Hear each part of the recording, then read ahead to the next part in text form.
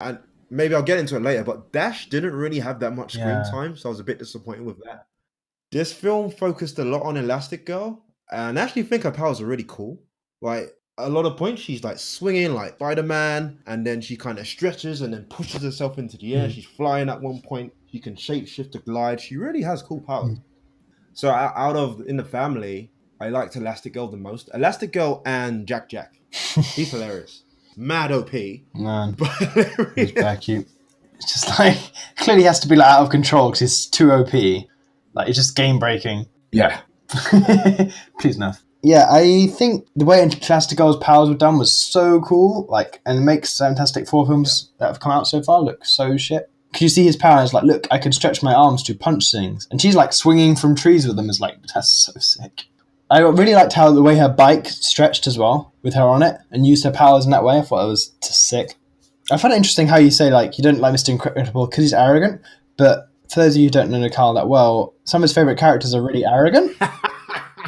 I mean, two of his favorite characters ever are Vegeta, who is Principal Saiyan. he's pretty arrogant. I mean, his full name's Prince Vegeta to give you a hint or title, I suppose. And the other one is Vega, who's also pretty arrogant. Yeah, I think Vega is just on another level.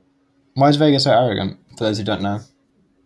He's obsessed with his own beauty to a borderline psychotic level. He goes around killing people who he deems to be ugly for shits and giggles.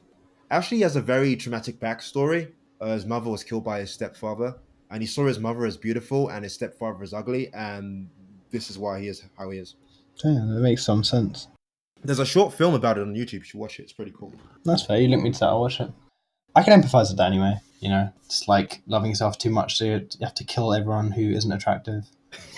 It's just such a really relatable story there. Yeah, yeah. So how come it's different with Mr. Incredible? How come you don't like his arrogance? I don't know. Maybe if I watched the first film, I'd feel differently. But I just thought, Fair. I mean, okay, I don't hate the guy. He's quite funny as well.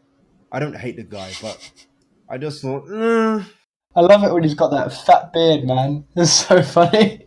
He's exhausted. yeah. It's just quite. It was funny to watch him like basically struggle to be a hero. But do you know what? I think part of it was he has such a macho attitude, and the impression I got, not having seen the first film, was that the mother, Elastic Girl, was doing all the work, like raising the children. From what you said before, it kind of confirms that. And it's like, did he not do anything? It was kind of like she was a single parent.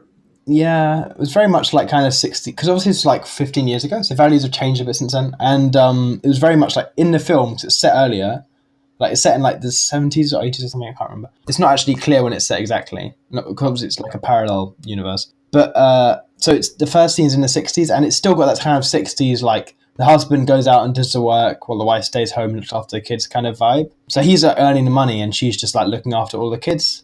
And he starts disappearing, and she's like, "What are you doing for work?" And he's like, So she thinks maybe he's cheating on her, and you know that kind of thing. So yeah, you got a bit of a point there. But because the first one focused on him so much, in spite of his flaws, you're just kind of forced to empathize with him. Yeah. I don't know about forced, but like yeah, pretty much forced. Because I mean, he does make some bad decisions that film as well. But because you're with him the whole way, it's a lot more. This is a lot more ensemble, whereas the first one's a lot more focused on two separate stories: him and doing his thing, and then the family as a separate thing. To be fair, I think this film was kind of similar in that Elastigirl had to do her thing, and the family was separate. Yeah. But you're kind of forced to just like go along with him, so you empathise a lot more. Fair enough. What was your favourite moment of the film? Favorite moment. I don't know if this is my favorite moment, but this was one of my favorite lines that made me laugh out loud. So when she is chasing the